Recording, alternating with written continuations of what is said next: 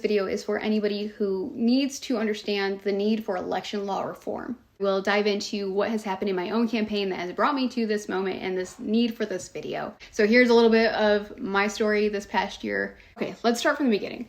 If you run for office, you need to get on the ballot.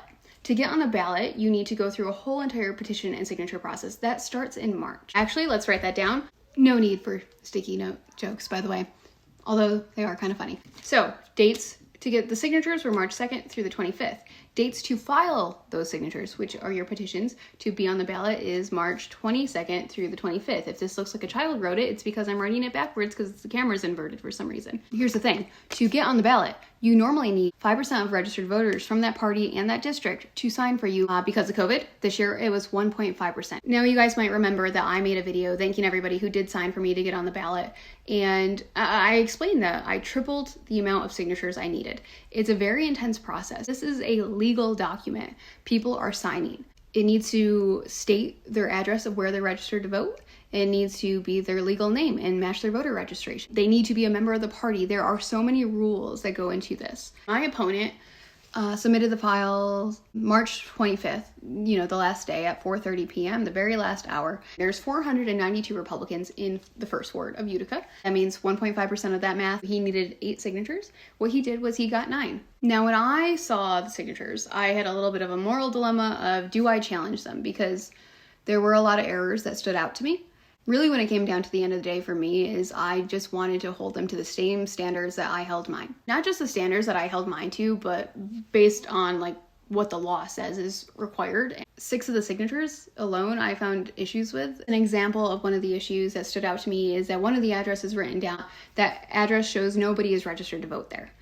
That's typically a blatant issue. Because it was so close, I wanted Board of Elections and potential, even a judge to be the one that decides it, because if even 2 signatures were not deemed valid, that would not grant this person access to be on the ballot. Now stay with me because this next part's important.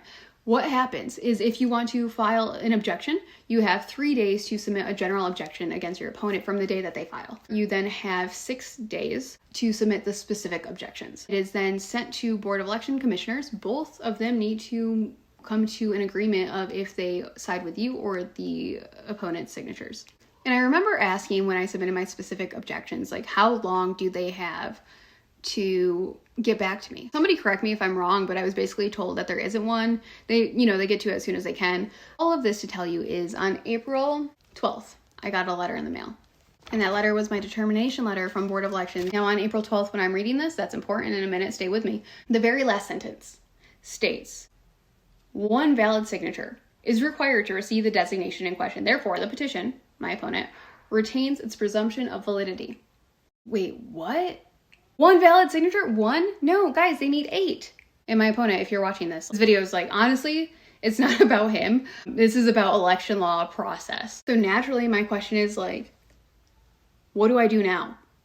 The ruling is based off of inaccurate numbers. So I contacted a lawyer to just ask, how does this work with election law? You ready for the mind-blowing part? The only time anybody can question the process or take this to court is if the petitions were ruled to not be valid. My opponent could challenge that and take it to court. But because they were ruled valid, nobody can question the process. That determination letter that was sent to me, there's nothing I can do, and here's why. Basically, if the Board of Election messes up, then you have to go to the Supreme Court for judicial review. Judicial review is only available during a very brief period, 14 days after close of period to file petitions. So we have March 25th, 14 days after that, April 8th. Mind you, I submitted my specific objections April 5th. There was a hearing on April 7th. I did not get anything in the mail until April 12th. 4 days after my legal ability to challenge the process. So what happens if errors are made after 14 days? Good luck. What?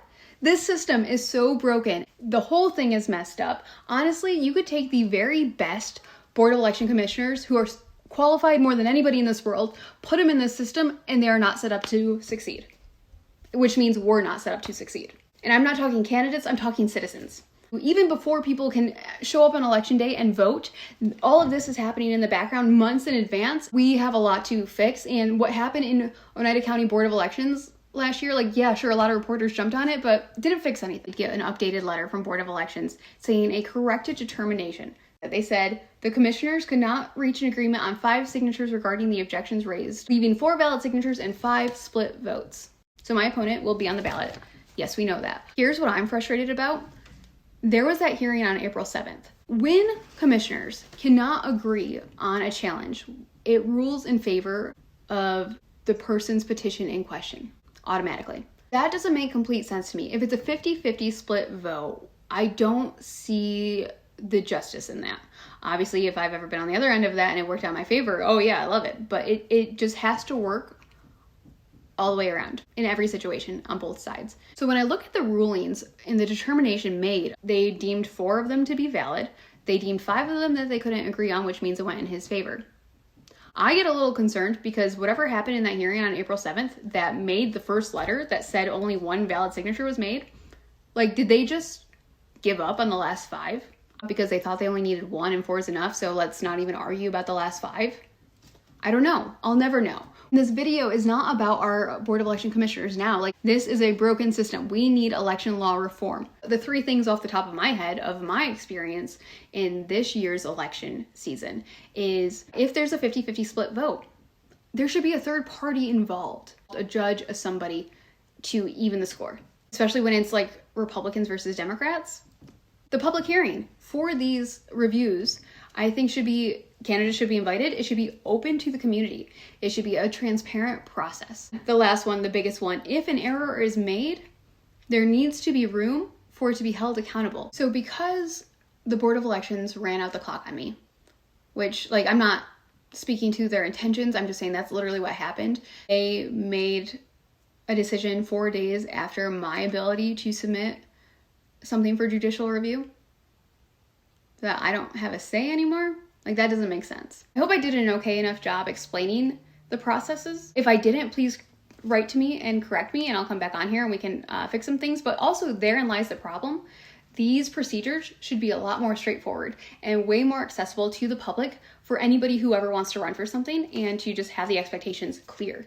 Again, I'm running for Common Council, which is an honor. I want to represent the First Ward so badly, but it's also the Common Council in Utica. Like, what happens in the bigger races? What happens in people who have a bigger say and power and control over our lives? It's actually not about my campaign at all.